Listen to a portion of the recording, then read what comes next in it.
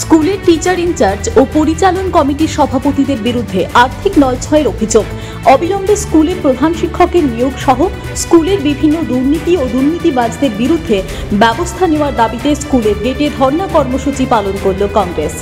ঘটনা আসানসোলের কোর্টের সীতারামপুর এনডি রাষ্ট্রীয় বিদ্যালয়।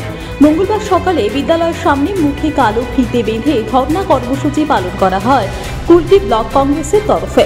বিক্ষোভকারীদের দাবি, দীর্ঘদিন ধরে স্কুলে প্রধান শিক্ষক নেই, প্রধান শিক্ষকের দ্রুত নিয়োগ চায়। এর পাশাপাশি স্কুলে বড় ধরনের দুর্নীতি হচ্ছে, দুর্নীতি রয়েছে ছাত্র ভর্তি এবং মিড ডে মিলেও। দুর্নীতিবাজদের বিরুদ্ধে ব্যবস্থা নেওয়ার জন্য দাবি জানায় কুলটি ব্লক কংগ্রেস।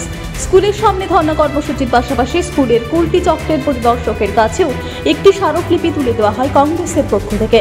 এদিনে ধর্ণা কর্মসূচিতে উপস্থিত ছিলেন কুলটি ব্লক কংগ্রেসের সভাপতি সুকান্ত দাস ও অন্যান্য দলীয় কর্মী সমর্থকেরা। যদিও দুর্নীতির অভিযোগ মানতে নারাজ স্কুলের ভারপ্রাপ্ত প্রধান শিক্ষক। তার অপোনেন্ট টিআই মানে টিচার ইনচার্জের উপর এবং স্কুলে বর্তমান যে কমিটির প্রেসিডেন্ট, এখানকার ওয়ার্ড কাউন্সিলর, ওনাদের উপরে গম্ভীর একটি অভিযোগ এনেছেন ওনারা।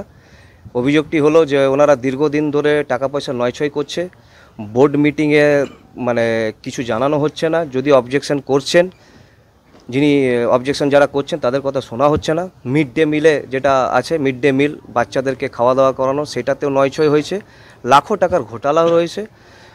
তো এই সব বিষয় নিয়ে আমরা চাই যে একটা স্কুল যেখানে স্টুডেন্ট পড়াশোনা শিখতে আসে, যেখান থেকে সে তৈরি হয়ে বাইরে বেরোয়, তো আগামী দিনে তারা কি দেখবে যে আজকে স্কুলে শিক্ষকরা লড়ছে আর সেখানে টাকা পয়সা ঘোটালার লড়াই এইসব যে হচ্ছে, তাদের মনে কি একটা প্রভাব পড়বে সেটা ভাবুন।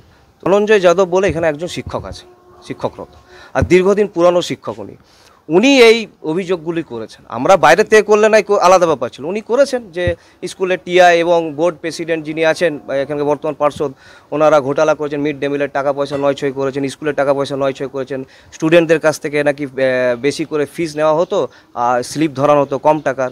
তো এইসব নয়ছয়গুলো নাকি সেগুলো লাখো লাখো টাকার নয়ছয় হয়েছে, এই অভিযোগ আছে। আর সেই অভিযোগের উপর আমরাও চাই যদি কোনো অভিযোগ স্কুলের প্রতি আনছে তাহলে তার তো একটা ইনকোয়ারি করা উচিত।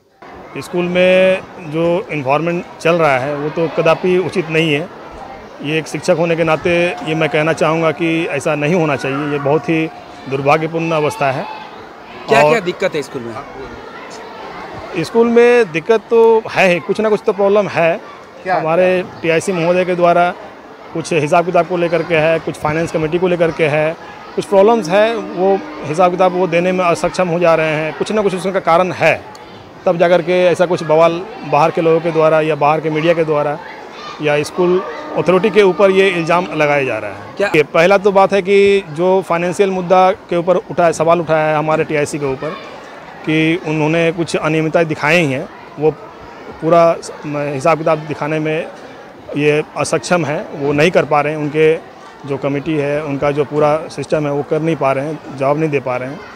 तो अगर वो हिसाब किताब नहीं दिखाएंगे तो ये आने वाले समय में उन्हीं के लिए असुविधा होगा। सरकार तो बहुत कोशिश करती है कि ऐसा कोई हो, हर संभव प्रयास करती है हमारे स्कूलों को, सरकारी अनुदान प्राप्त स्कूलों को हर संभव प्रयास करती है कि किसी तरह का कोई असुविधा ना हो। लेकिन अगर जो पदाधिकारी हैं, जो कमेटी में इन्वॉल्व लोग हैं, अगर वो इस तरह से नहीं चाहेंगे कि सुचारू रूप से चले और कहीं ना कहीं कुछ अव्यवस्था इसमें हुआ है। अगले साल की बात है, इस साल नहीं लिया गया है। ये अगले साल का जो केस है, जो उसमें सुकांतु अभी वहाँ बैठे हुए होंगे, शायद कांग्रेस के लीडर है, वो हमारा इंटरव्यू ले चुके हैं, डीआई के यहाँ कंप्लेन गया है, तो वह उसका जांच हो गया है। जो लिया गया है 1500, सब 1500 पैसा नहीं दिया है। अगले साल सिर्फ 11 क्लास के लिए, याद रखिए, एक क्लास जो बाहर के बच्चे का एडमिशन होता है 11 क्लास में, उसके लिए तो कोई 1500 रुपया दिया है। मैनेजिंग कमेटी का जो रेजोल्यूशन है उसमें लिखा हुआ है कि फोर्सली नहीं लिया जाएगा किसी बच्चे, जो गार्जियन जितने पैसे देंगे वो लिया जाएगा। 1500 डिमांड था हम लोगों का, 2 टीचर रखने के लिए, एक 11th में पढ़ाने के लिए, एक 9-10 में पढ़ाने के लिए, साइंस टीचर। वो तो एक ही साल, अगले साल ही हुआ, उसका लिया गया। और उस पर जो कंप्लेन हुआ उसका सब कुछ जाँच हो गया। जो लिए हैं उसका जो डीआई ऑफिस से इंक्वायरी आया था, सारे पेपर को दिखा दिया गया, जो डिड्यूशन लिया गया था उसको दिखा दिया गया डी ऑफिस को, तो लोग देख लिया कि हाँ गार्जियन से ज़बरदस्ती। आपके स्कूल का टीचर का कहना है कि यहाँ पे काफ़ी सारा घोटाला हुआ। टीचर का कहना घोटाला हुआ है तो ब्लेम लगा है। आप उसको लेकर के आप लोग प्रेस मीट भी किए थे? क्या बोलेंगे? ये सफाई हम दिए थे, जब हम पर ब्लेम लगा पहले तो हमने उस पर सफाई में कहा कि कोई घोटाला नहीं हुआ है। কাছে কোনো খবর এই মুহূর্তে নেই, মানে অফিসিয়ালি কোনো ইনফরমেশন নেই আমাদের অফিসে বা অ্যাকচুয়ালি হাই স্কুলের ক্ষেত্রে ডিআই সেকেন্ডারি স্যারের কাছে সমস্ত কিছু, ওনার ডাইরেক্ট কন্ট্রোলে থাকে সমস্ত কিছু। আমরা সার্কেল হেড হিসাবে আমরা স্কুলের বিভিন্ন ম্যাটারে থাকি, রিলেটেড আমরা জড়িত থাকি, কিন্তু ডিআই স্যারের কাছেও কোনো অফিসিয়ালি কোনো ইনফরমেশান নেই।